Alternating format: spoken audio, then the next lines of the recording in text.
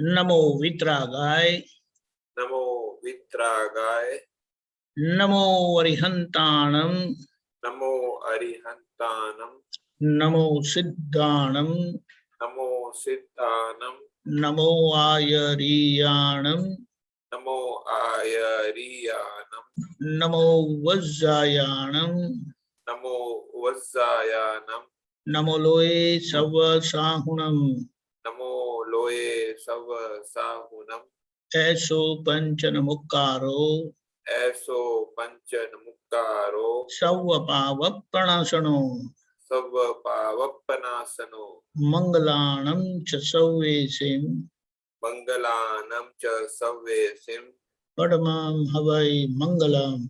परमं हवै मंगलम। ओम नमो भगवते वासुदेवाय, ओम नमो भगवते वासुदेवाय, ओम नमः शिवाय। ओम नमः शिवाय। जय सच्चिदानंद। जय सच्चिदानंद। जय सच्चिदानंद। आज का पद है, पद गुजराती है, प्रतिक्रमण के संबंध में है। महेश आनंद जी अभी आए नहीं है, देखते हैं वो आ जाए तो अच्छा है, तब तक हम कंटिन्यू करते हैं। जय सच्चिदानंद।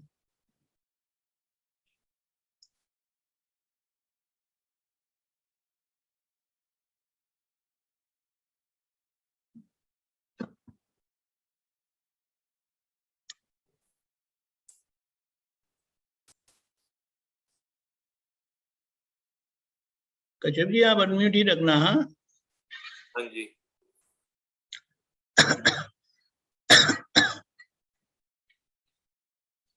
मैं खुद ही लाइन बोलता हूँ। ये आगे महेश आनंद जी? नहीं, ये तो नहीं है। ओके।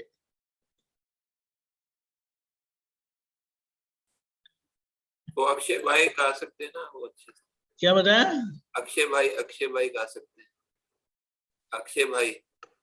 नहीं, गाने का तो प्रॉब्लम नहीं है। अक्षय, 1 मिनट। अक्षय आप गाएंगे ये पद? हाँ गाएंगे। हाँ, तो फिर आपको ही गाना है, 1 साइड सोलो। Okay okay. हाँ, महेश आनंद जी आ गए तो वो कंटिन्यू करेंगे। आप शुरू करिए। यही सच्चिदानंद। जय सच्चिदानंद। मैं अनम्यूट रखूं? हाँ ओके, आप म्यूट कर सकते हैं। दो लाइन लेके ना दीपक आनंद हाँ जी। हाँ, यस यस, 2 लाइन लीजिएगा। जय सच्चिदानंद। अंदर जे खूंचे छे ते वातोनु खपे छे, प्रतिक्रमण भूलो विना कोई दंड थू नथी, शांत भावे कर मनन। जय सच्चिदानंद। कोई भी परिस्थिति हो, अगर कोई बात, कोई संजोग, कोई व्यक्ति अगर हमें असर करती है, अंदर कुछ भी जलन होती है, अच्छा नहीं लगता है, बुरा लगता है, तो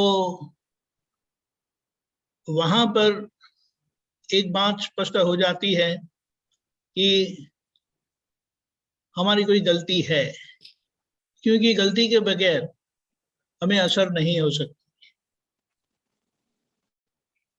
हमें वैसे तो न्यूट्रल रहना है, यानी अच्छा भी नहीं लगता है, बुरा भी नहीं लगता है, लेकिन पहला न्यूट्रल रहने की बात जो है, वहां पर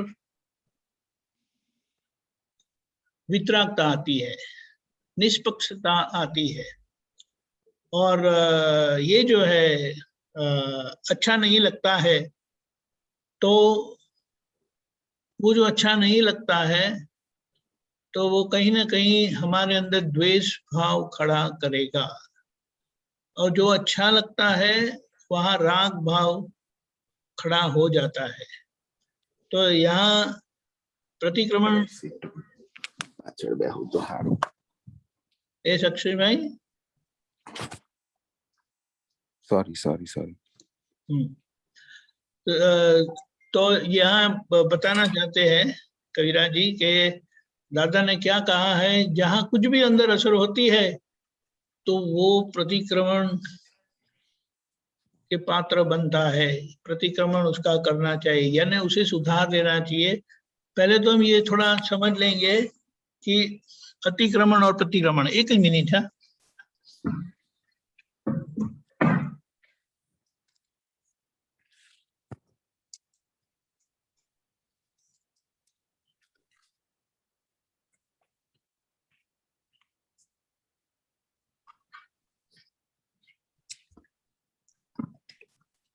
क्रमण यानी नॉर्मलिटी और अतिक्रमण यानी एबनॉर्मलिटी, यानी जहाँ कुछ भी असामान्य व्यवहार होता है तो उसे वापस हमें सामान्य भाव में आ जाना चाहिए. यानी अगर क्रमण है वो नॉर्मलिटी है, अतिक्रमण है वो एबनॉर्मलिटी है. राग करेंगे वो भी एबनॉर्मलिटी है, द्वेष करेंगे तो वो भी एबनॉर्मलिटी है. राग में अच्छा लगता है, द्वेष में बुरा लगता है. तो ये अच्छा बुरा का परिणाम तो सभी संयोग का परिणाम है ही, उसे कोई बच नहीं सकता. इसीलिए कहा कि समझदार जिनको सुखी होना है तो वो एटलीस्ट लोगों को सुख दे, और जहां भाव बिगड़ता है, कुछ भी बिगड़ता है, अंदर कुछ भी असर होती है नेगेटिव, तो उसका प्रतिक्रमण करना चाहिए. तो ये पहली लाइन ये बताना चाहती है कि अंदर कुछ भी कोई भी, यानी किसी के लिए मन नेगेटिव बताता है, किसी के लिए हमारी वाणी ऐसी नेगेटिव निकलती है, किसी के साथ हमारा नेगेटिव व्यवहार होता है, आचरण होता है, तो ये तीनों प्रतिक्रमण के पात्र है परिस्थिति, क्योंकि वहां अतिक्रमण हो जाता है. और आगे बताया दूसरी लाइन में कि अगर हमारी गलती नहीं है तो हमें कोई दंड मिलेगा नहीं, यानी कोई हमें दुख देगा नहीं. यानी जीवन की परिस्थिति में या तो सुख आता है या दुख आता है. सुख आने का कारण क्या है, तो बोले आगे जो पुण्य हुआ था उसके परिणाम से आज सुख मिल रहा है, पहले जो पाप हुआ था उसके परिणाम से दुख आता है. अभी हम सुख के लिए नहीं सोचेंगे, लेकिन खास करके ये जो दुख होता है तो यहाँ उसे दंड कहा है.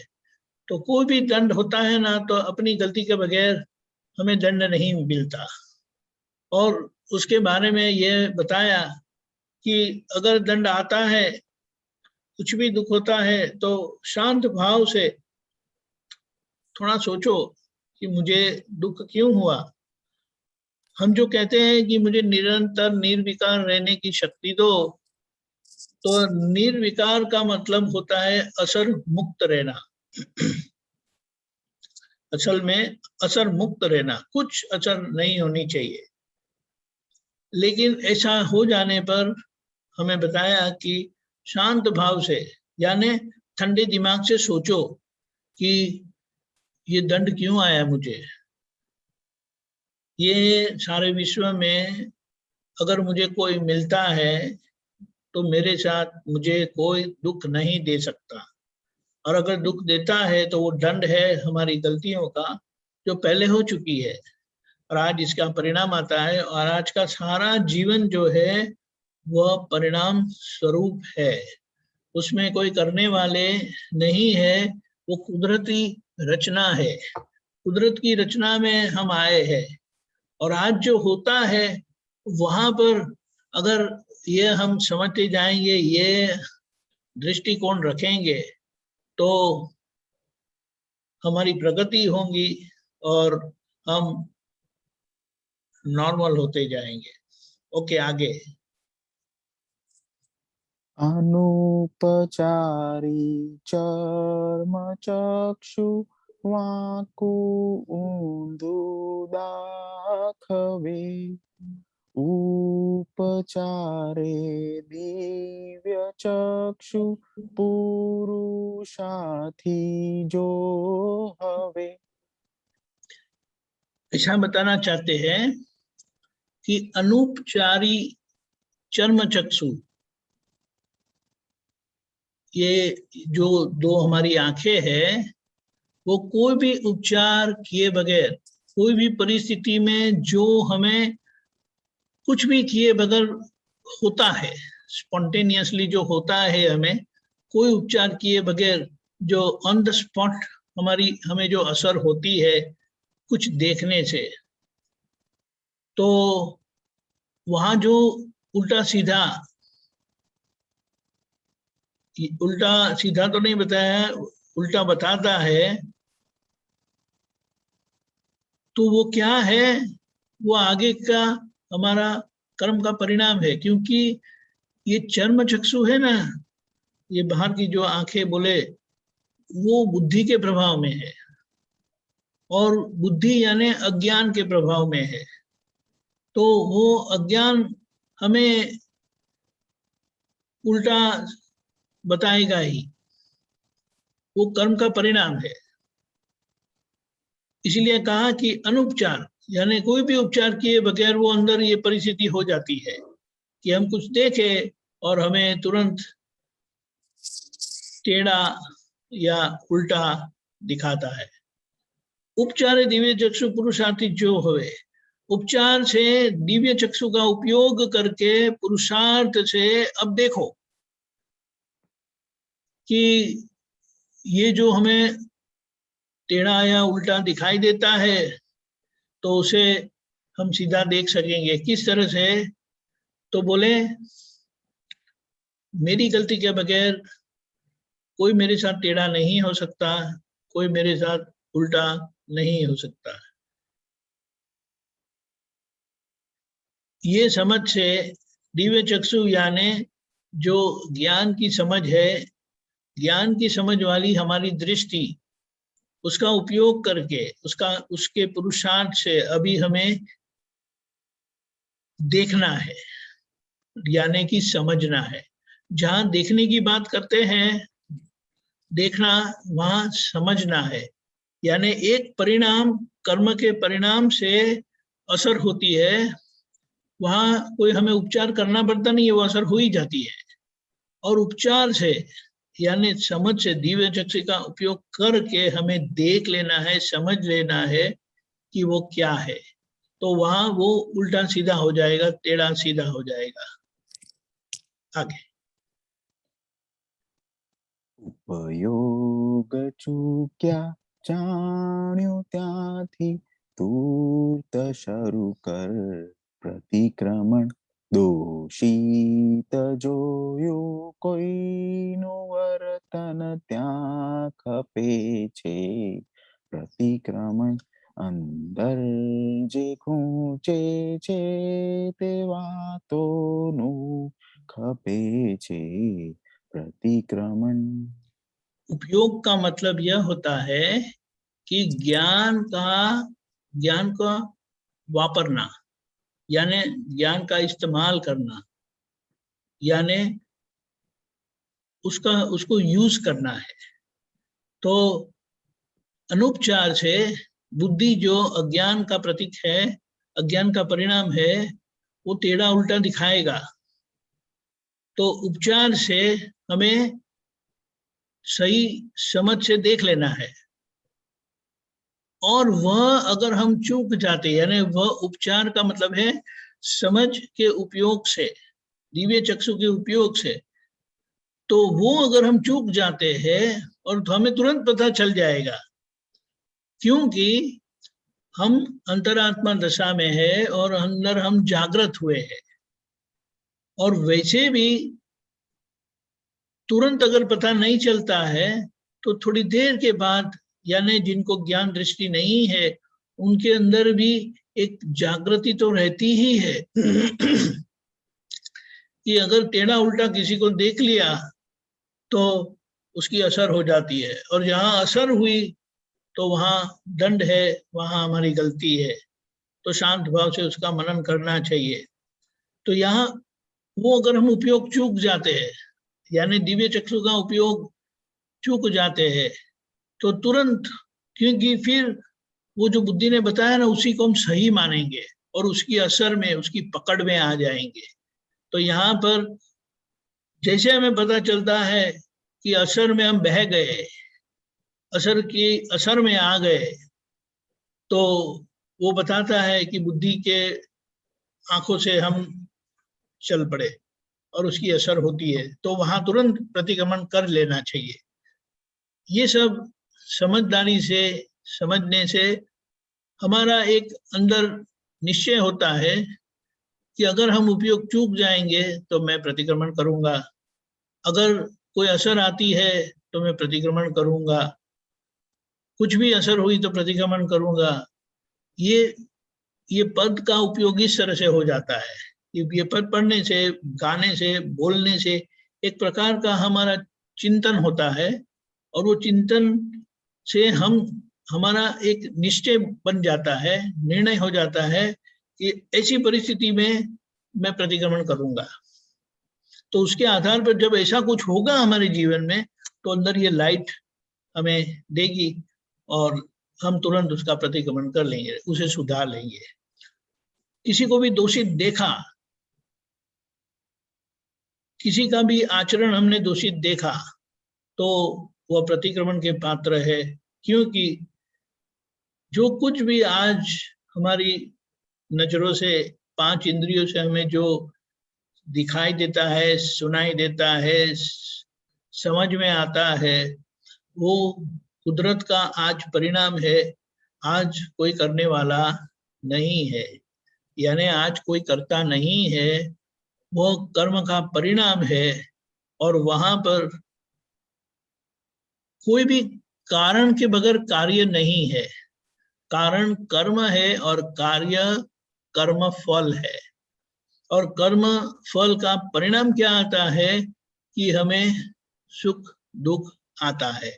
और वहां पर अगर किसी का आचरण हमें बुरा कब लगेगा, किसी को, किससे हमें दुख होता है या कोई किसी को दुख देता है, तो हमें तुरंत ऐसा लगता है कि ये गलत हो गया। इसीलिए हमें अगर कोई दुख देता है या कोई किसी को दुख देता है, तो वहां कर्म फल की समझ को जागृत जागृत जागरूकता से देखना है, समझना है, तो हमें पता चल जाएगा कि दोष किसका है और हमें क्या करना चाहिए। तुरंत प्रतिक्रमण करना चाहिए। आगे। गादी ऊपर सूता पहला वेणी लो छो कांकरा आपने जे खूचे ते दोषो आपना छे जाखरा। जैसे हम अगर गद्दे पे सोने गए और सोए, और अगर, वैसे तो हम वो चद्दर लेके थोड़ा झापट लेते हैं, सफाई कर लेते हैं कि अगर कोई कंकर वगैरह है, कुछ भी है, तो वो सब साफ हो जाता है। तो उसकी हम कैसे जागृति रखते हैं। कहीं पर भी बैठते हैं, सोते हैं, कहीं और जगह पे बैठना हुआ तो हम हमारा हाथ रुमाल रख देते हैं, या तो उसे थोड़ा सफाई कर लेते हैं, फूंक मार के कर लेते हैं।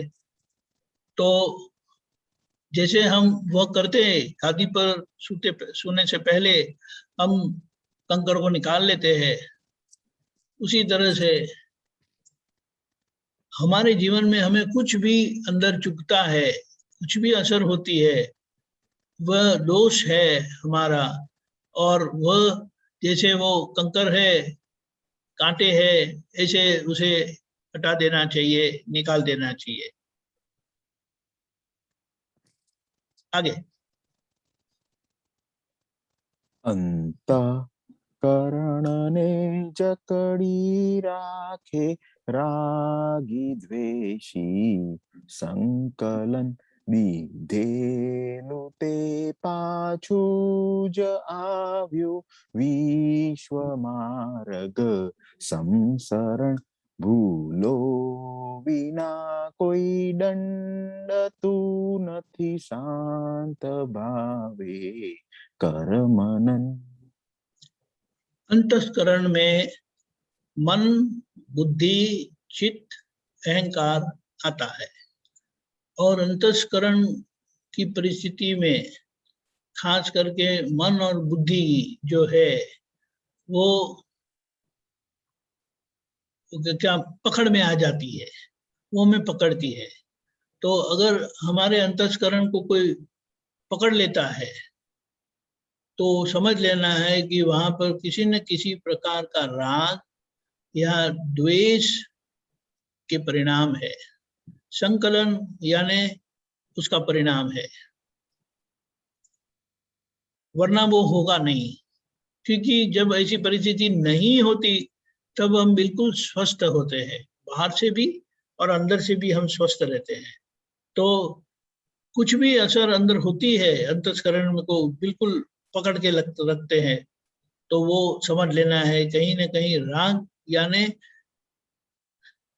कि जो हमें अच्छा लगता है, अच्छा लगे ऐसा परिणाम आता है या बुरा लगे ऐसा परिणाम आता है, तो वह राग द्वेष का मतलब क्या है कि आगे राग वो और द्वेष वो आज का परिणाम है, अच्छा लगना या बुरा लगना। अभी जैसे हमारी जागृति बढ़ती है, हम देखना यानी उसको समझते जाते हैं, तो राग में हम बह नहीं जाते और द्वेष में हम अटक नहीं जाते।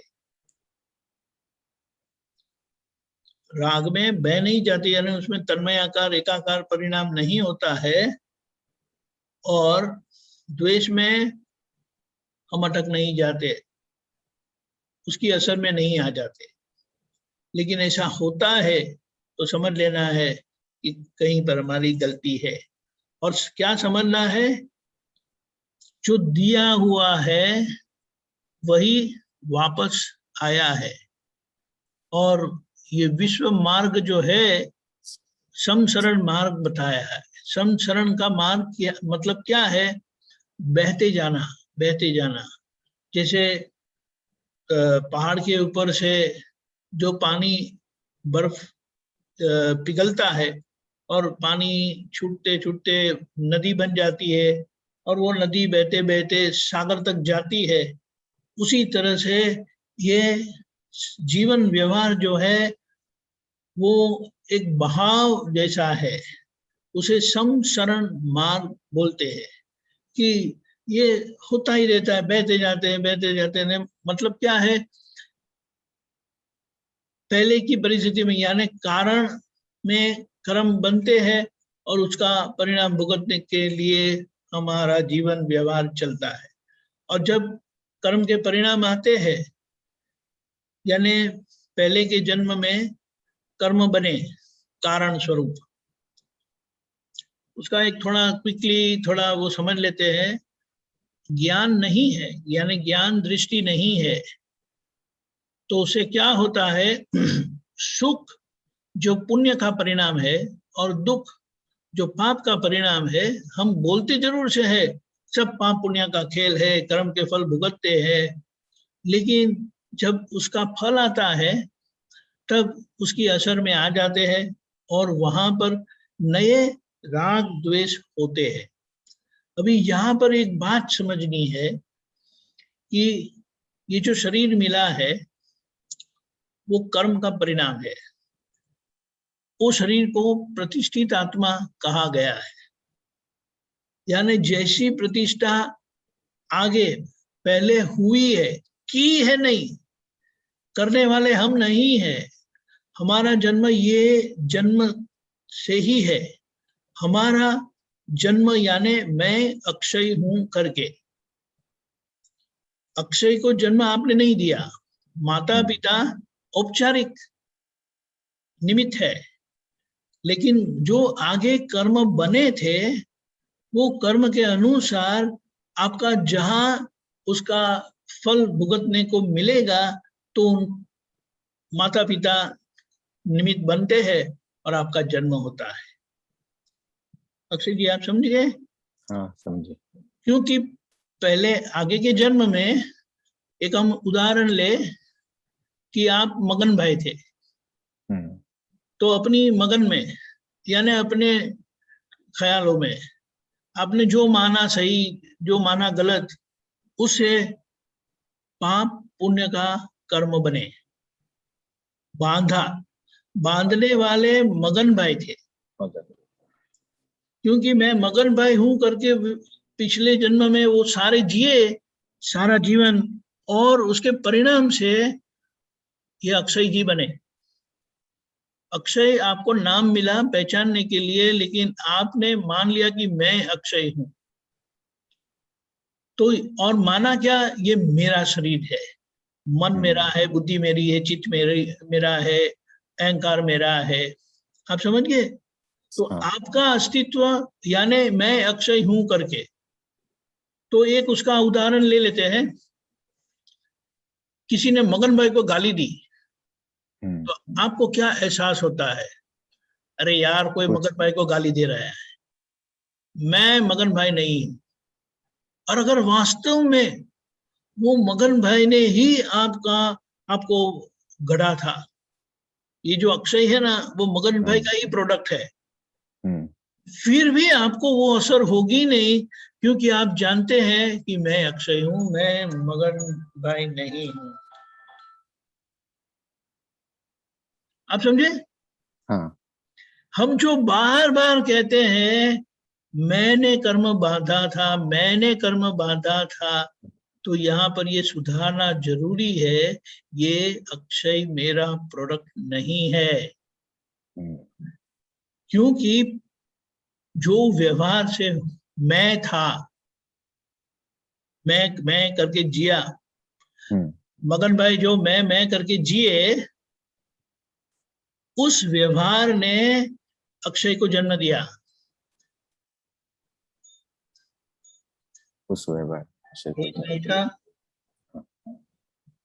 आप समझे? हाँ। और अगर किसी ने कोई अक्षय के बारे में बोल दिया, अरे अक्षय भाई तो बहुत अच्छे है, तो वो कोई और अक्षय की बात करते होंगे, फिर भी आपको अंदर अच्छा लगने शुरू हो जाता है। और अगर किसी ने कहा अक्षय का कोई ठिकाना नहीं है, बात मत करो उनकी, तो अंदर नेगेटिव असर भी हो जाती है। तो आप धीमे से उनको बोलते हैं, किसकी बात करते हैं आप? अरे यार, वो मेरा मित्र है ना। एक मिनट। हेलो।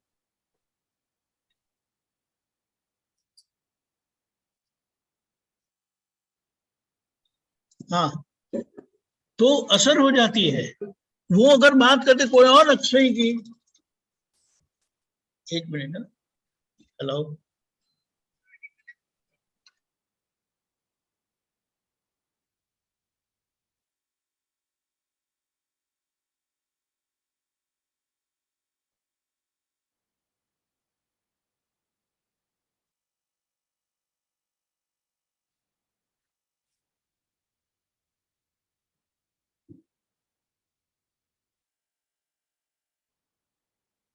सॉरी।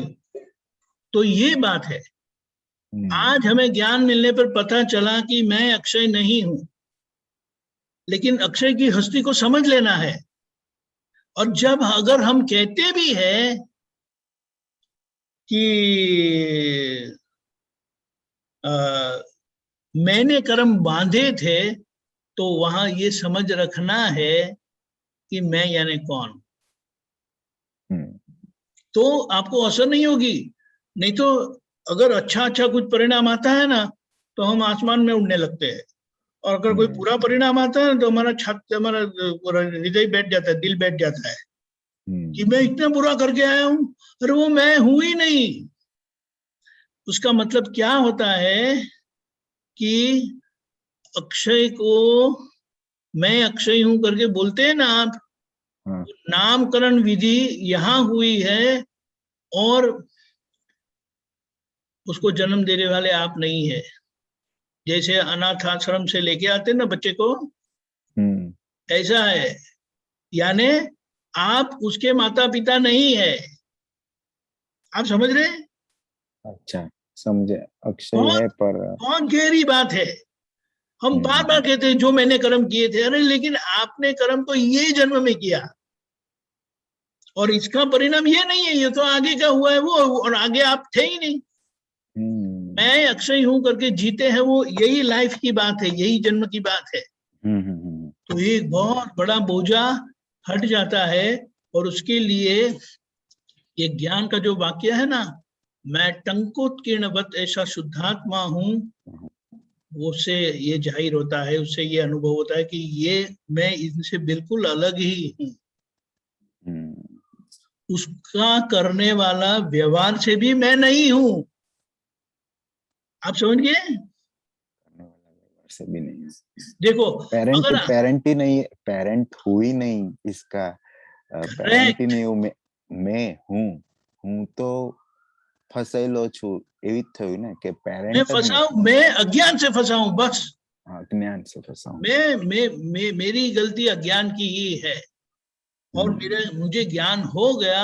अभी आपने जान लिया, समझ में आ गया कि ये बच्चा मेरा नहीं है, लेकिन सारी दुनिया यही बोलेगी कि ये आपका बच्चा है, आप ही है। आप समझ गए? समझ तो गए। आपको अक्षय जी का व्यवहार ऐसा कर देना है, उसको ऐसे ज्ञान से क्या बोलेंगे, बना देना है, मोल्ड कर देना है कि उस अक्षय भगवान का प्रतिनिधित्व करे। आज उनकी जैसी प्रकृति है ना, उससे वो बाहर पेश आते हैं। लेकिन अगर आप सोचो कि ये ज्ञान की समझ से अगर अक्षय जी ऐसे हो जाते हैं, तो वो भगवान का प्रतिनिधित्व करेंगे, मेरा खुद का भगवान का प्रमाण प्रतिनिधित्व। देके। आज अगर जैसे अच्छे हैं बुरे हैं वगैरह, वो प्राकृतिक असर आती है, क्योंकि वो कर्म का परिणाम है। क्या ये बात समझना है? अभी ये समझ, जो दिया था वही वापस आया। वो ये जो अक्षय नामक व्यवहार है ना, उसे समझना है। अगर आपने किसी का नया घर बाई किया और वो घर किसी का था, तो उसमें जो कुछ आपको ठीक नहीं लगता है तो आप सुधार नहीं लेते? हाँ, सुधार लेते। उसी तरह से ये अक्षय नाम के घर में आप रहने आए हैं, मैं अक्षय हूं करके, मन वचन कहा जो है वो मैं अक्षय हूं करके आप आए हैं। अभी जहां जहां आपको ठीक नहीं लगता, क्योंकि आज के ज्ञान से आपको पता चलता है कि अक्षय में इतनी कमजोरियां है, ऐसा नहीं बोलना कि वो मेरी कमजोरियां है, बोलना कि ये अक्षय की है। और अक्षय, मैं आपके साथ हूं, बिल्कुल डरना नहीं, मैं आपके साथ हूं, मैं आपको गिरने नहीं दूंगा। तो अक्षय को भी ऐसा हो जाएगा, क्या बात, मुझे ऐसा सहारा मिल गया। मैं तो सहारा मानता था माता पिता भाई बहन पत्नी बच्चे परिवार वगैरह, पर नहीं, वो तो संजोग से और कर्म के हिसाब से मिलेंगे।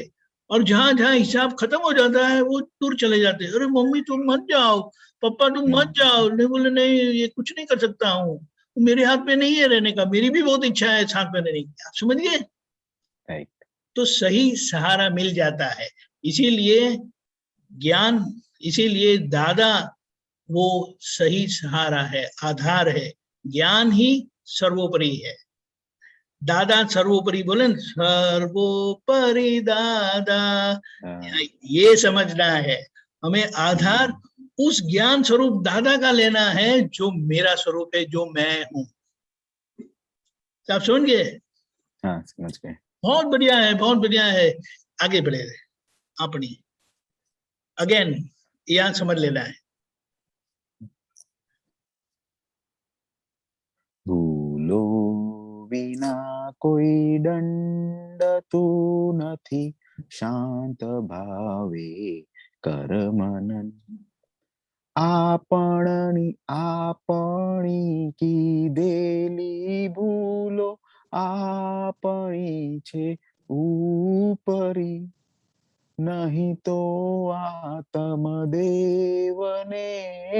होता નથી कोई ऊपरी। देखो, ये दिव्या है, अगर उससे कुछ गलती हो जाती है तो उनको आप बोलेंगे तुमने किया, यह गलती आपने की है, इसीलिए आपको भुगतना आया। नहीं, अगर आप उनको कैसे बोलेंगे, हमने गलती की है तो हमें भुगतान आएगा।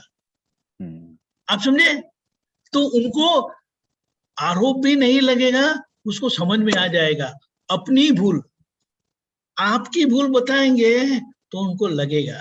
तो यहाँ ये अपनी अपनी की हुई गलतियों का वही हमारे ऊपरी होकर आते हैं। आप समझे? ये भाषा है, लेकिन भाषा में उपयोग ऐसा है कि किसी के अहम को ठेस ना पहुंचे। उसी तरह से आप अक्षय को ऐसा कहते हैं, अपनी भूले, मेरी भूले नहीं बोलना है। आप समझे?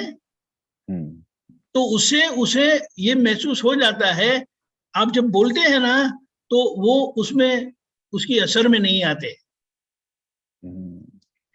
आप समझे? सही है। गलती का कारण आगे है, हुआ है, आज उसका परिणाम आता है और वो परिणाम आपके ऊपरी बन के आते हैं। नहीं तो आत्मदेव, आप कौन है? मैं शुद्धात्मा हूं। तो आत्मदेव के कोई ऊपरी नहीं है, क्योंकि आत्मदेव स्वतंत्र है, वो ज्ञान स्वरूप है, और वो ज्ञान उसका निहित स्वभाव है। वो कहीं से लेने जाना नहीं पड़ता है, वो मेरा स्वभाव है, वो मैं ही हूं। इसीलिए आखिर का परिणाम जो है वो केवल ज्ञान है, ओनली ज्ञान, केवल ज्ञान। समझ गए? तो ये सब हम रखेंगे तो हम अक्षय को आरोप भी नहीं देते कि आपकी गलती है करके, और अपनी भूल है तो उनको अच्छा लगता है कि आप उनके साथ है करके। क्योंकि व्यवहार दृष्टि से हम है, ये जो हम कहते हैं ना मैं करके, अंतरात्मा जो दशा है हमारी, उसका उपयोग कर लेना है। क्योंकि दो मुख से रहना है, दो डबल रोल का काम करना है, अक्षय के साथ भी रहना है और भगवान की सत्ता का भी उपयोग करना है। भगवान की सत्ता से देखेंगे और देखकर व्यवहार अक्षय जी का सुधार लेंगे आप। समझ गए? नहीं तो आत्मदेव के कोई ऊपरी नहीं है। आगे अपनी आज समझ आया, हमेशा मैं ही सोच रहा था, मैं कीधेली भूलो। करेक्ट। वो अंदर हम जानते नहीं है कि ये जो अहंकार है ना, वो इतनी सूक्ष्मता से हमें परेशान करता है। क्योंकि वो मैं हूं ही नहीं बोलते हैं, और बोले मैंने जो गलतियां की है, मेरा हिसाब मेरे सामने आया है। तो ऐसा बोलो, अपना हिसाब हमारे सामने आया है। ठीक है, आगे चलते हैं। करेक्ट। પોતાની ભૂલો શોધી કાઢો, નિશ્ચયી વાતું ગહન, મનવાણી કાયાના ત્રિક્લેશો, આથમ્યા ત્યાં સુખ જરણ, અંદર જે કૂંચે છે તે વાતોનું ખપે છે प्रतिक्रमण। देखो, खुद की गलती ढूंढ निकालो। अभी गलती दो प्रकार की है। एक तो मान्यता की गलती कि मैं अक्षय हूं वह, और दूसरी गलती कर्म की गलती कि जो अक्षय नामक व्यवहार से जुड़ी हुई है। यानी कि जो मगन भाई ने गलती की थी ना, वो रिफ्लेक्ट होती है, वो परिणाम अक्षय जी में दिखाई देगा। अभी आपने जान लिया कि मैं शुद्धात्मा हूं, और अक्षय को आप ऐसा बोल नहीं सकते ये आपकी गलती है, आपकी गलती है करके, तो उनका दिल बैठ जाएगा। उनको उनको ताकत भी देना है, मैं हूं ना साथ, ज्ञान स्वरूप आपके साथ है, तो आपको क्या डर है। तो फिर सब आधार अवलंबन चले जाएंगे, लेकिन मैं आपके साथ आखिर तक हूं। ये व्यवहार, अक्षय नामक व्यवहार, उनके साथ का जो यह आत्मा है वो वही रहता है। लेकिन मैं करके जो होते हैं ना, वो बदलते रहते हैं। यह व्यवहार आज स्थूल स्वरूप है, वो स्थूल स्वरूप में है जो सारा जीवन भुगतान से गुजरते हैं, वो सुख का भी होता है, दुख का भी होता है। उसमें ये जो मैं करके जीते हैं ना, वो अहंकार है, और वह नया कर्म चार्ज करता है, बनाता है। तो ये स्थूल में से वो सूक्ष्म बनाता है कारण। आप समझे? अपने प्रोजेक्शन से स्थूल के परिणाम को वो पचन नहीं कर सकते।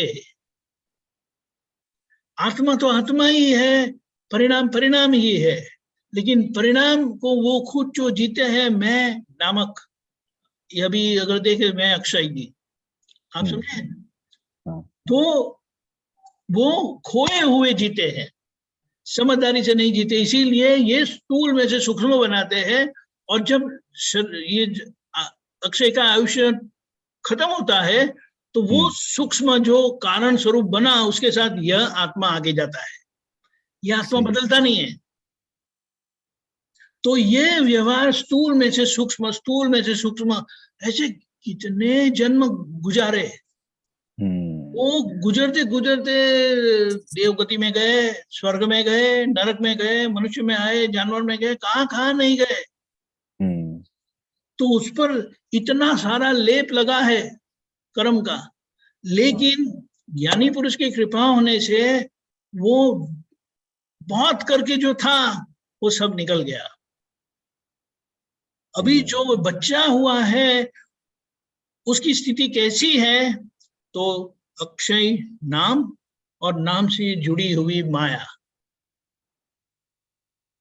उसके आगे कुछ नहीं रहा। आगे पीछे का जो क्या बोले ढेर थी ना, वो खत्म।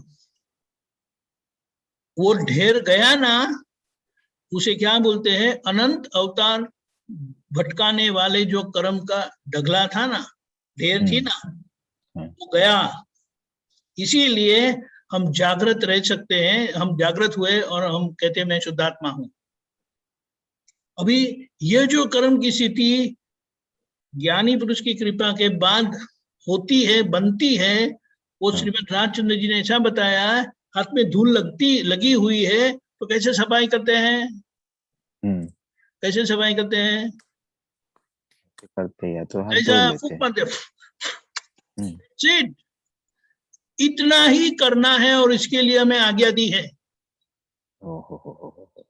और हम इतना सफाई करने में झंझट समझते हैं। इसीलिए कहा कि बात समझ लो। अभी जो काम बचा है ना, वो कुछ भी नहीं है। उत्कृष्ट से उत्कृष्ट, परम उत्कृष्ट नेक्स्ट लाइफ में आपकी मुक्ति हो जाती है। अभी इतने जागृत रहने में आपको क्या दिक्कत है? इसीलिए कहा कि समझ लो। तो ये बात है, खुद की गलती ढूंढ लो।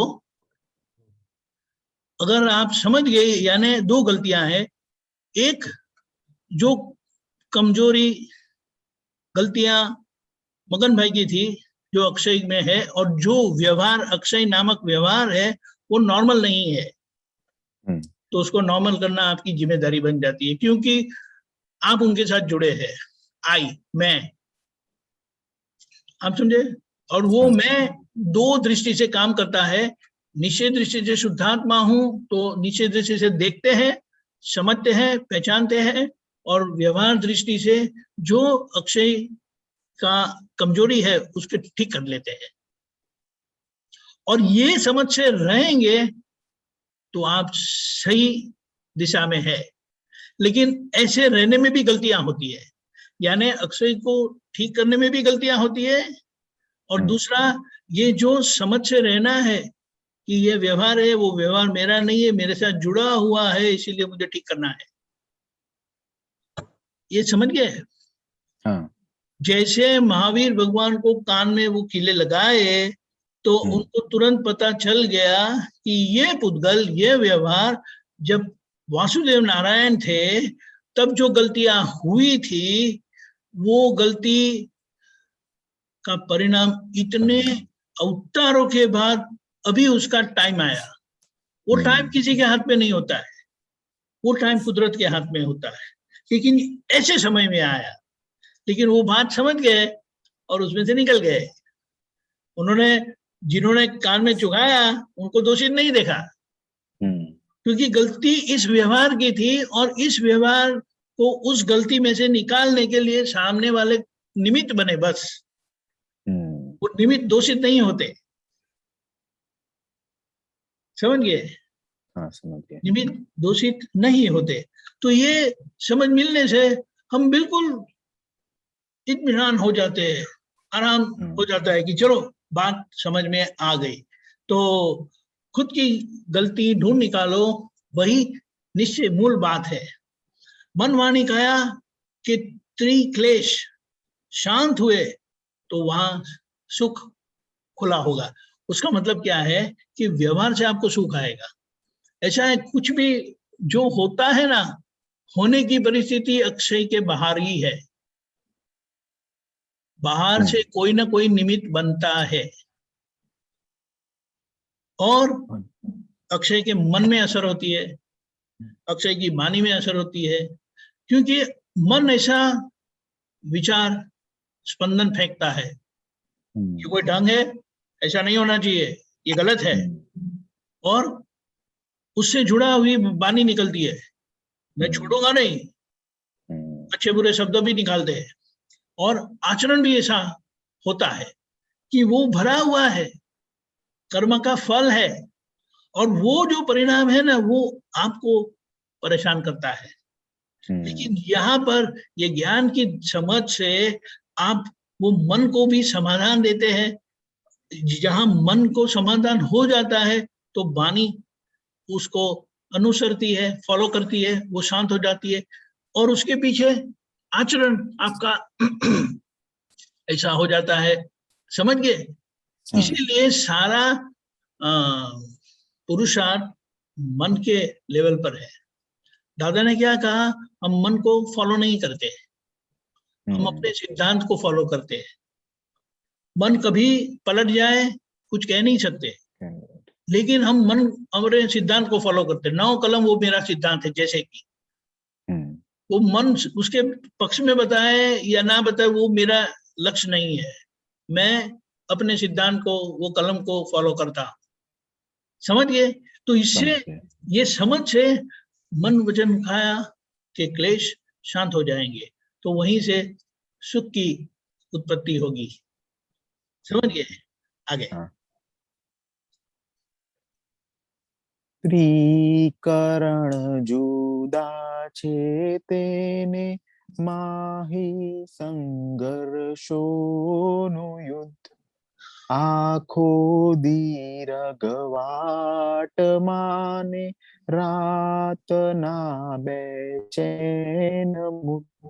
देखो आज की परिस्थिति कैसी है, जो हम सोचते हैं वो हम बोल नहीं पाते, और जो हम बोलते हैं वो कर नहीं पाते। ये हमारी कमजोरी नहीं है, ये समय के मन वाणी काया या एकता नहीं है। मन वाणी काया में वो सोचेंगे कुछ, बोलेंगे कुछ और करेंगे कुछ और ही, ये परिस्थिति है। तो बोले यानी यहाँ आप कुछ तय करते हैं कि मुझे ये करना है, यानी अहंकार आई, आप कहते हैं कि मुझे ये करना है, तो मन कुछ बताएगा, वाणी कुछ बोलेगी, और आचरण कुछ तीसरा ही होगा। तो आपका निश्चय कैसे परिणाम देगा,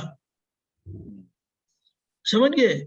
इसीलिए ये त्रिकरण यानी जो 3 क्रिया करने का साधन है हमारा मन वाणी और काया, उसमें एकता नहीं है, इसीलिए अलग है ना, उससे संघर्ष होता रहता है। वो हमारा आंतर युद्ध है, झंझट खड़ी होती है कि ऐसा क्यों है, वो हमें समझ में नहीं आता। ये ज्ञान से हमें समझ में आता है कि मन में कुछ और विचार आया, वाणी कुछ और बोलती है, और आचरण तो कुछ तीसरा ही होता है।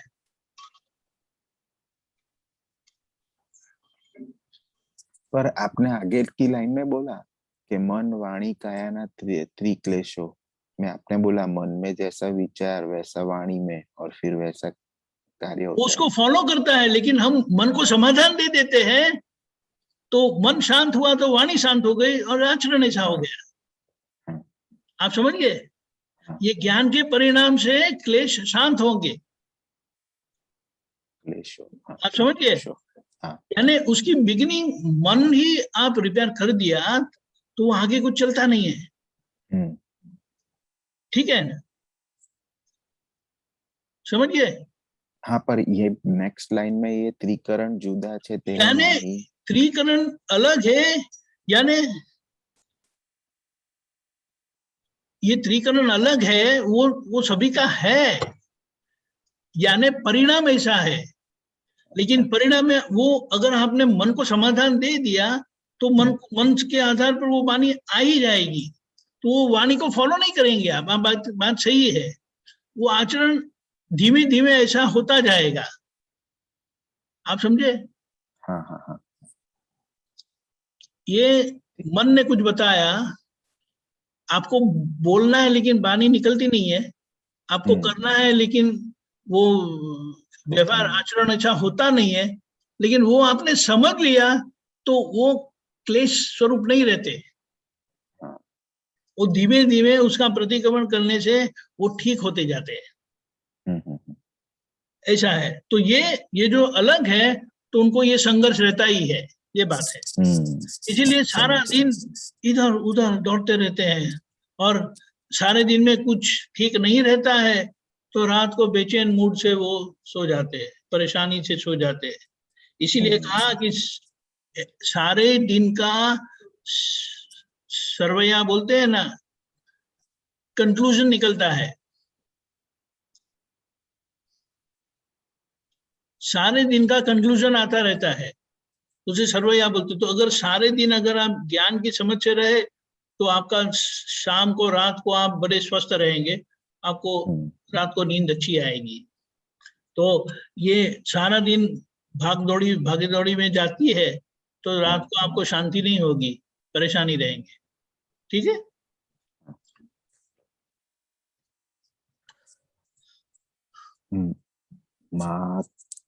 आगे आगे करेक्ट। मात्र संयोगो पराधीन ने वियोगी ज्ञान बुझ તે જ્ઞાનીની સમજણ પછીથી મોક્ષ છે ન કીય બંધ અંદર જે ખૂંચે છે તે વાતોનું ખપે છે प्रतिक्रमण। देखो, संयोग पर है और पराधीन है और वियोगी स्वभाव वाले है, वो अगर हमने समझ लिया तो वह ज्ञान से, वो समझ से बूझ यानी शांत हो जाओ आप। संयोग पर है, मेरे नहीं है, मेरे से भिन्न है, मेरे से अलग है। पराधीन है यानी वो मेरे अधीन नहीं है, और वैसे वो हमें पराधीनता करवाता है, हेल्पलेसनेस करवाता है। कुछ करना है लेकिन हो नहीं पाता है, करना चाहते हैं तो हो नहीं पाता है, और जो होता है वो मेरे से अलग है, मेरे अधीन नहीं है। आप समझ गए? तो ये अगर हमने समझ लिया, और वो वियोगी स्वभाव के है, यानी जो भी हुआ ना उसका एंड आएगा ही। अगर आप उसको एंड नहीं लाते तो समय उसका एंड ला ही देता है। आप समझ गए? इसीलिए कहा है कि समय सभी का समाधान है, सभी समस्या का समाधान है। तो वो ज्ञान से आप बूझो यानी शांत हो जाओ। ये ज्ञानी की समझ से के बाद आपको मोक्ष मिलेगा, अबंध यानी नए कर्म बांधे बगैर आप मुक्त हो जाएंगे। नए कर्म नहीं बांधते वो पहली मुक्ति, और सभी कर्म का निवारण ले आना समाधान पूर्ण, तो आपकी मुक्ति फाइनल हो जाती है। पहली मुक्ति नए कर्म नहीं बनते वो, और दूसरी मुक्ति सभी कर्म का संभाव से निपटारा करके मुक्त होना वह है। बराबर। शुद्ध आत्मा संपरिणम स्वगुणे अनंत सुख, मूर्जीवात्मा विषम द्वंद्वे विपरिणम तन्ते दुख। शुद्ध आत्मा जो हमारे अंदर तत्व स्वरूप है, वो ज्ञान स्वरूप, वो आईने की तरह, उसको कुछ होता नहीं है, वो सम परिणाम है, और वो अपने गुण से अनंत सुख में ही है। आप समझे? ये आत्मा अंदर जो तत्व स्वरूप आत्मा है ना, वो है, लेकिन मुझे सुख नहीं है। मूढ़ जीवात्मा विषम द्वंद्वे, यानी मूढ़ जो है, यानी जो जीव भाव से जीते हैं, जिनको ज्ञान नहीं है, खोए हुए हैं, वो विषमता से जीते हैं, जहर से जीते हैं। कौन सा जहर? द्वंद्व का। द्वंद्व यानी ड्युअलिटी का, यस और नो, गुड और बैड, अच्छा या बुरा, उसका विपरिणाम, परिणाम यानी विपरीत परिणाम। और ऊपर से तंत, तंत यानी उसकी पकड़, वो दुख का कारण है। एक तो मूढ़ता है ना, यानी खोए हुए है, वही मेरा सबसे बड़ा विष है, पॉइजन है। और ऊपर से द्वंद्व है, परिणाम, विशेष परिणाम, कर्म के परिणाम, और उसमें मेरी पकड़ है, तो दुख का कारण है। आगे। खूने पोते छे जुदा जो मोक्षवर्ती अकरम, आत्मा पुद्गलनी स्थिरता शुद्ध सामायिक व्रतम, आत्मा पुद्गलनी, आत्मा पुद्गल निस्थिरता शुद्ध सामायिक व्रतम। बोलिए। आत्मा, आत्मा पुद्गल, आत्मा, आत्मा पुद्गल, आत्मा पुद्गल स्थिरता शुद्ध सामायिक व्रतम, भूलो विना कोई दंड तू नथी, शांत भावे कर मनन। खोखू यानी ये मन वचन काया का जो खोखा है, बॉक्स है,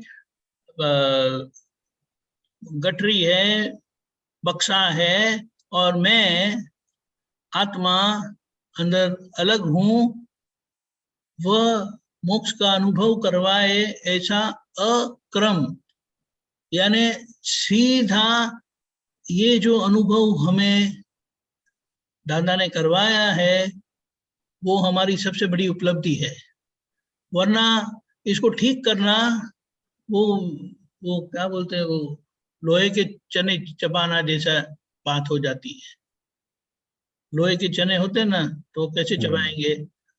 लेकिन ये हमें बता दिया, ये जो पक्षा है ना मन वचन काया का, और आप अलग है।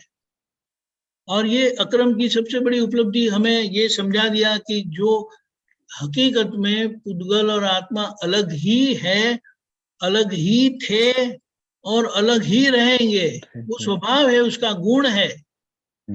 तो ये हमें कृपा से मिल गया, तो उससे आत्मा और पुद्गल की स्थिरता, शुद्ध सामायिक व्रतम, आत्मा यानी आपकी, मैं जो बीच वाली मेरी स्थिति है, अंतरात्मा दशा है, और जो बीच में मैं था और खोया हुआ था, वो अक्रम ज्ञान से यानी कृपा से मुझे समझ में आ गया कि मैं आत्म स्वरूप हूं और पुद्गल अलग है।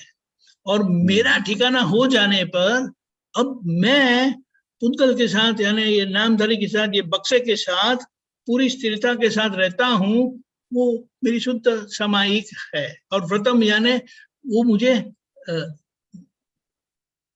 वो मैं जीता हूँ। ये व्रत यानी जो मेरे आचरण में आता है। व्रतम आत्मा पुद्गलनी स्थिरता शुद्ध सामायिक व्रतम। आत्मा पुद्गल की स्थिरता शुद्ध सामायिक व्रतम। समझ गए? आत्मा यानी मैं, मेरी स्थिरता हो गई, मैंने समझ लिया कि मैं कौन हूं।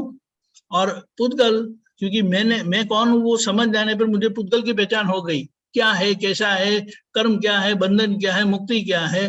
तो उसकी स्थिरता आ गई, यानी बैलेंस आ गया, समतुल आ गया। तो उसे शुद्ध सामायिक होने लगी यह भिन्नता समझने पर, और वही मुझे, मैं जी रहा हूं। और ये प्रतिक्रमण के द्वारा व्यवहार को ठीक करते जाता हूं। I believe this is over. अरे हाँ, एक लास्ट लाइन रह गया है, क्विकली। प्रतिक्रमण थी આપણું ચોખ્ખું બને છે ત્રિકરણ ડાઘ પડતા સાબુ ઘસતા આવરણ થયા નિરમણ. बोल दो, फिर मैं खत्म कर देता हूँ। આ વિશ્વમાં સુખિયા છે જેનો થોભી ગયું છે અતિક્રમણ सूक्ष्माति सूक्ष्म दोष टळता मुक्ति सुखज सन्मुखम अंदर जे खूंचे छे ते वातोनु खपे छे प्रतिक्रमण. तो बताया कि प्रतिक्रमण से अपना अंतर पूरा शुद्ध होते जाएगा। विचार त्रिकरण यानी विचार, वाणी और आचरण, वो तीनों जिससे क्रिया होती है वो शुद्धात्मा दृष्टि से और ये सब समझदारी से हमें पहचानने में आ जाएगी गलतियां। हम उसका प्रतिक्रमण करते जाएंगे। जहां जहां दाग पड़ता है तो तुरंत उसको साबुन से निकाल लेंगे, तो सभी आवरण से हम मुक्त हो जाएंगे। निर्मल यानी मुक्त होना, वो मड़ से, वो कचरे से मुक्त होना। फिर ये बताया कि ये जो बोलिए, आवरण यानी अक्षय और अक्षय की नाम की माया, ये दाग है ना, वही आवरण है। ये जो रॉन्ग बिलीफ, मान्यता, अभिप्राय, वो सब है ना, वो सब गलतियां जिससे हमारा व्यवहार ऐसा होता है, आचरण ऐसा होता है, वाणी ऐसी होती है, विचार ऐसा होता है कि किसी को दुख हो। इसीलिए दादाजी ने जो बताया, मेरे मन वचन का से किसी को किंचित मात्र दुख न हो, वो सीधे मोक्ष में ले जाए, वो मास्टर चाबी दे दी हमें। ठीक है। ये रॉन्ग बिलीफ भी आगे मगन भाई की है ना? नहीं, रॉन्ग बिलीफ आपकी है। रॉन्ग बिलीफ से उन्होंने अक्षय को बनाया। बहुत अच्छी बात की आपने। अभी सोचो कि अभी आप राइट बिलीफ से जी रहे हैं।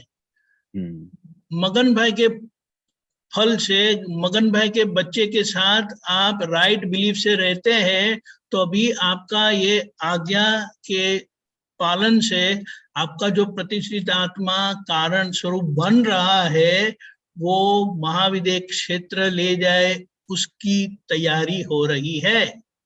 प्रतिक्रमण करते हैं, माफी मांगते हैं, प्रार्थना करते हैं, विधि करते हैं, ये सब उसे, ये जो कारण बन रहा है, उन्होंने अज्ञानता के कारण अक्षय को जन्म दिया कि जो कर्म के धक्के में आए, लेकिन उनका कुछ अच्छा भी था कि जिसके कारण आपको ज्ञानी मिल गए। आप सुनिए, तो ज्ञानी मिलने पर पूरा बदल गया, सिचुएशन 180 डिग्री हो गया। और उससे अभी जो बनता है वो केवल मुक्ति का ही कारण बनता है। अभी ये जो है, ये जो प्राप्त हुआ है, वो 1 2 3 लाइफ में, ज्यादा से ज्यादा 15 लाइफ में खत्म हो जाएगा केस। अभी ये व्यवहार ज्यादा भटकने वाला नहीं है। अनंत की यात्रा समाप्त हो गई और ऐसी यात्रा शुरू हुई जिसके ज्यादा से ज्यादा 15 भव होते हैं, और वो भी अपवाद से, आउट ऑफ एक्सेप्शन, वरना 1 2 3 लाइफ में तो फिनिश, स्टोरी खत्म हो जाएगी।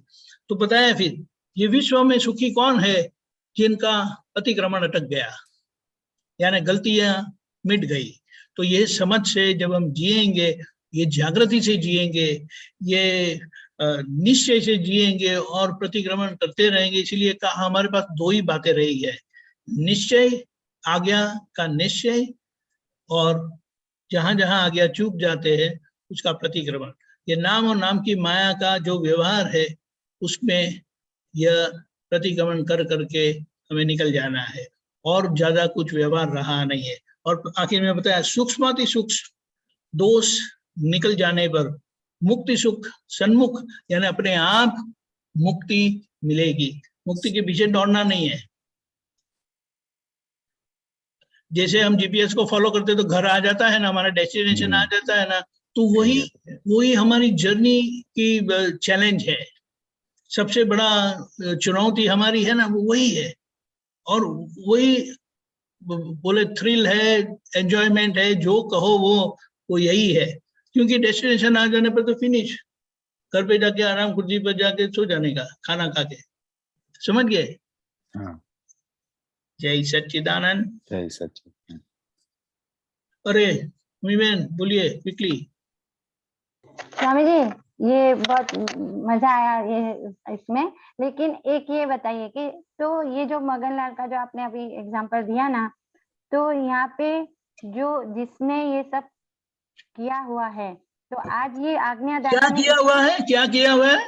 उसने सब क्रिएशन किया हुआ है, और आज उसका रिफ्लेक्शन है जो आगे जिसने किया था। हाँ, राइट बराबर। आज अमी के पास ये सब आया है माल पूरा। राइट। तो इसीलिए दादाजी ने बोला है कि भाई अभी ये तुम्हारा नहीं है, इसको संभावे निकाल करो। तो यहाँ पे संभावे निकाल के आज काम करते हैं। करेक्ट, वो आपका नहीं है। हाँ। और आप मानते हैं मेरा है करके। तो बोले हाँ। मेरेपन से निकलने के लिए संभव से निपटारा करना है। हाँ। तो वो माया में से छूट जाएंगे। ठीक है। बराबर। हाँ। और ये जो डखो डखल है वो भी यहाँ पे बताया कि अमी को डखो डखल का मतलब जो आपका नहीं है, हाँ। जो आपका नहीं था, जो आपका नहीं है, जो आपका रहने वाला नहीं है, उसके साथ क्यों झंझट करते रहते हैं? संभाल से निपटारा करो ना। यानी कुछ भी इधर उधर ऐसा वैसा करके समाधान करके निकल जाओ। सही गलत के पकड़ में मत रहो। बराबर। आखिर में मूल बात, मैं शुद्धात्मा हूँ, वही आपको मुक्ति दिलाएगी। आप समझिए? तो व्यवहार की पकड़ मत रखो। हाँ। बताओ ये है वो है, अरे प्लीज ऐसा मत करो, फिर भी बोलते नहीं, तो ठीक है छोड़ दो। समझ गए? बराबर। जय सच्चिदानंद। और एक मतलब ये जो व्यवहार जो आया है, तो इसको अभी खाली व्यवस्थित के आधार पे ही छोड़ देना है। उसका मतलब वो मेरा प्रोडक्ट नहीं है अभी, उसकी टेंशन मत लो। टेंशन ही नहीं लेना है उसको। बराबर। सीधा है, उल्टा को सीधा नहीं करना का है, सीधा नहीं, लेकिन उल्टा को उल्टा समझ के उसका समाधान करके निकल जाओ। बराबर। आप समझे? क्योंकि वो उल्टा है ना, कर्म के परिणाम से वो सीधा होते जाता है। हाँ। फल देके सीधा हो जाता है, यानी वो जो विश्रसा होता है परमाणु शुद्ध हो जाता है। लेकिन हम बीच में डको-डकल करने से वो फिर से बिगड़ता है। लेकिन अभी हम डको-डकल बना, हम सिर्फ देखते रहते हैं, देखो बस क्या होता है वो देखो, तो फिनिश। भगवान को कान में झुका तो वो कुछ आर्ग्यूमेंट करने नहीं गए, वो ये है सही है गलत है, कुछ नहीं हुआ। उसका जो भुगतान हुआ, फिनिश, मैटर क्लोज। ओके, समझ गए? बराबर। तो ये तारण क्यों निकालना है फिर अभी अपने को? तारण क्या? तारण क्यों निकालना है कि भाई किस? क्योंकि तारण निकला हुआ नहीं है, अभी भी झंझट करते रहते हैं, वो गलत है, ये ठीक नहीं हुआ, ये मैं नहीं सहन करूंगी, मैं नहीं छोड़ूंगी। ये सब क्या है? झगड़ा क्यों करना है फिर आपको? छूटना है, ये दुकान खाली करनी है, तो जिस तरह से वो आए उनको छोड़ दो, जाने दो। ठीक है? ओके ओके, बहुत और अच्छा, हंसते जय रहो, सच्चिदानंद। हंसते हाँ। रहो, हंसाते रहो, क्योंकि बराबर टेंशन है। नहीं, ये तो मिलना नहीं चाहिए ऐसा। हाँ बराबर है। तो ये जय सच्चिदानंद। जय सच्चिदानंद। ओके अक्षय जी फॉलो करिएगा, आप भी हाँ। करिएगा। नमो वितरागाय, नमो नमो वितरागाय, नमो वरिहंताणम, नमो नमो अरिहंताणम, नमो सिद्धाणम, नमो सिद्धाणम, सिद्धाणम, नमो आयरीयाणम, नमो आयरियाणम, नमो वज्जायाणम, नमो नमो उवज्जायाणम, वसायाणम, नमो लोए सव्व साहुणम, नमो लोए लोए सव्व सव साहुणम, साहुणम, ऐसो पंच नमुक्कारो, ऐसो ऐसो पंच नमुक्कारो, पंचनमुकारो, सव्व पावप्पणासनो, सव्व सव पावप्पणासनो, पावपणासनो, मंगलाणं च सवेसिं, मंगलाणं च सव्वेसिं, सव्वेसिं, परमं हवै मंगलम्। परमं हवै परमं हवै मंगलम्। मंगलम्। ओम नमो भगवते वासुदेवाय, ओम ओम नमो नमो भगवते भगवते वासुदेवाय, वासुदेवाय। ओम नमः शिवाय।